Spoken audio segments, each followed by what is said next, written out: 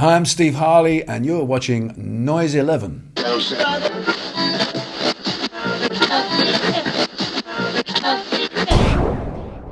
Well, welcome to noise11.com and the stranger comes to town himself, Steve Harley. Hi.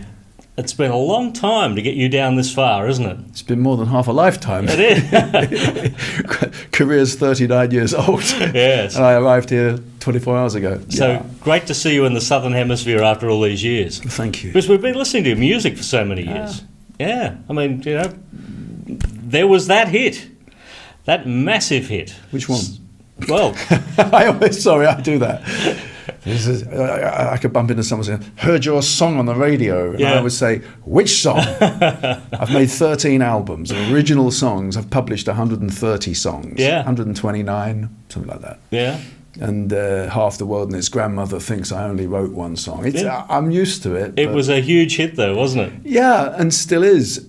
It has a life of its own, the world over, not just, you know, in the UK they think it's just in the UK. You're here to prove otherwise, Paul, you tell them. Yeah, but do you enjoy playing it these days? Absolutely. I play a lot of concerts. Quiet this year, we're a bit quieter, you know, because I've got some special projects on the go. But there's many years, I'll play 80 to 100, including festivals, a lot of outdoor festivals. And it would be churlish, if not damn stupid, and disrespectful to not play it. And usually it's at the end of 2.25 hours, because it's hard to follow it. Yeah, you've got some exciting things coming up, like with an orchestra, which sounds fascinating. Like I said, I'm playing fewer concerts this year, because there's a big project in the UK. In November, we're playing at Symphony Hall in Birmingham, which is a 2,500 seat concert hall, where the Symphony Orchestra played.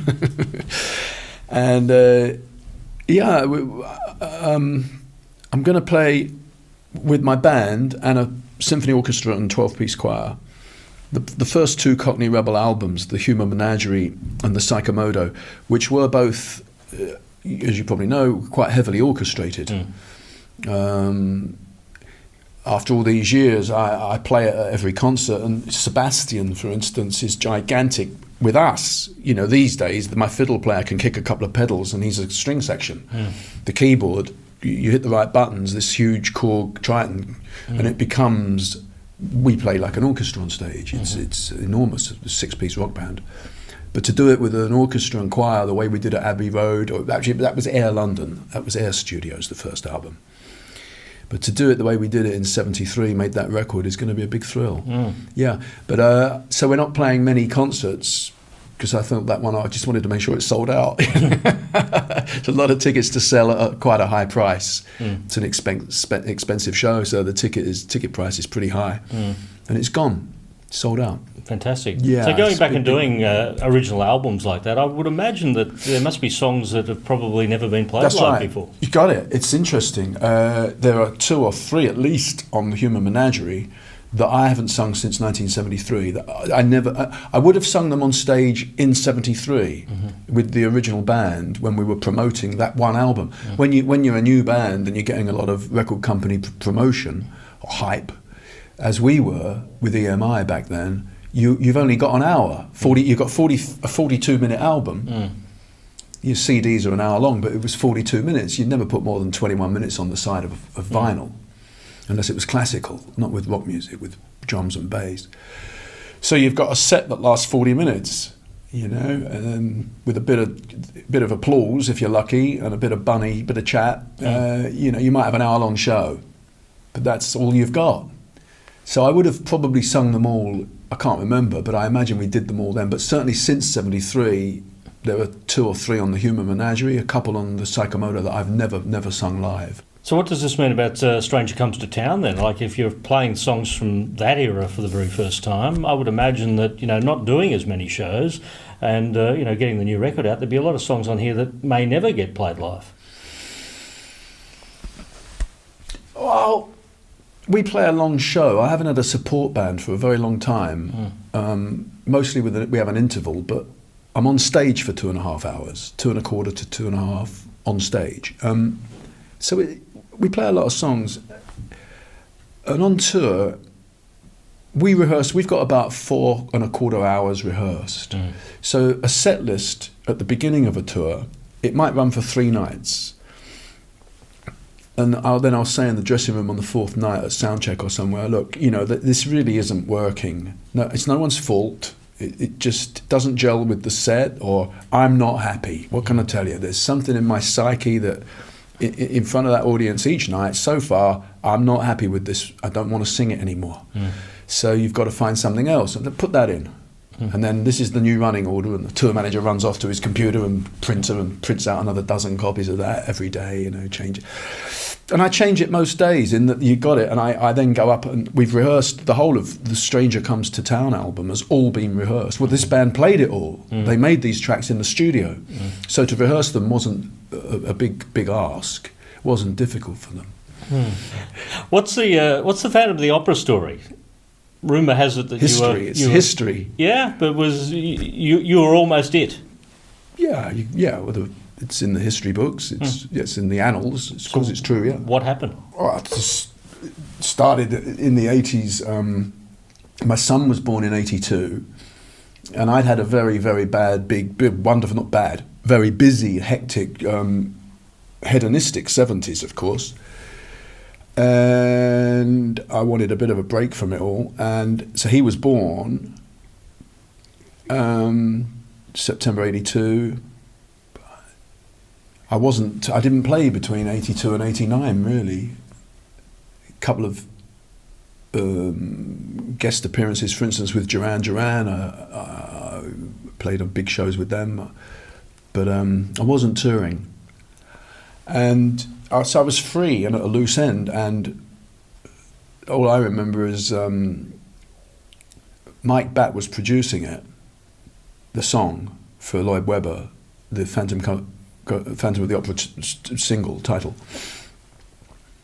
and he knew it was a duet. Of course he wrote it as a duet, Lloyd Webber. And Mike was an old friend of mine, and he just put me up he said to Andrew, you call Steve Harley. I went and met them and heard it, and I was free. I wasn't working. I mean, a lot of people that care very deeply about me and my reputation still won't forgive me. You know, they don't quite get it. They won't forgive me for doing it. It was so middle of the road and theatrical. But you can't do what you think your fans are going to be happy with. You just can't be dictated to by fans. It's an absurd proposition. It's just totally madness. You know, you have to be true to yourself as an artist. You just have to be. And you hope that they like and admire what you're doing, but if they don't, hey, I'm sorry, but that's the way it is. And it was a temporary glitch in my life, really. It was a temporary arrangement, not long. But I sort of couldn't see why I shouldn't go in and sing it with a 60-piece orchestra and God knows what else going on. I mean, why wouldn't I? And then it was a big hit, and we made a video with Ken Russell directing. So it didn't get much bigger than that. 7 days in a film studio with prosthetics and everything. I quite enjoyed all that. It's an experience. I like that. I'm a gambler and I like adventure. It was another box ticked. And I mean, Sarah Brightman's from a different planet to me, completely different planet. I have great respect for her. She's a fantastic singer. On her night, she's in her world. She's top stuff. But it wasn't my world, and I did audition for the role, and I got the role. Yeah, it was my role. I passed the audition.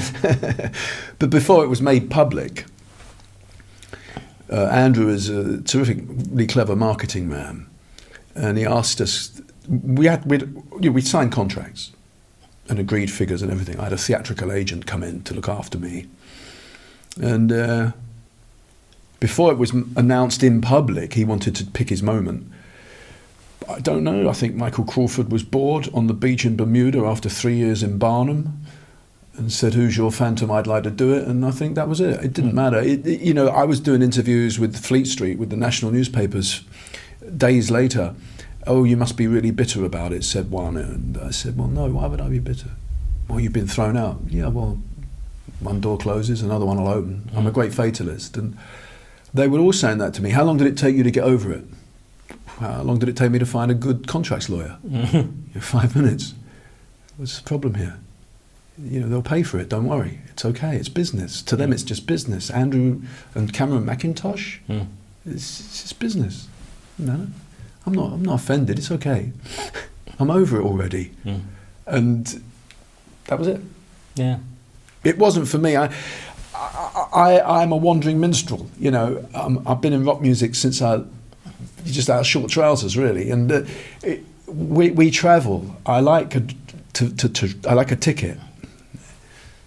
And 6 months, which is what I bought into, 6 months in the same dressing room for 6 months, 6 days a week, 8 shows a week. Was it really for me? Well, maybe God was saying to them, Steve's not really your man. He's going to be really bored after 5 minutes. You can't know. I'm a fatalist, and that's it. It didn't. Yeah. Well, there's a lot of history to talk to Steve about. Steve Harley, there's a new album, Stranger Comes to Town. We may see Steve performing live in Australia at some time in the future. So I hope so. We certainly hope so as well. Steve Harley, thank you for joining us here at Noise 11. Yeah, thank you.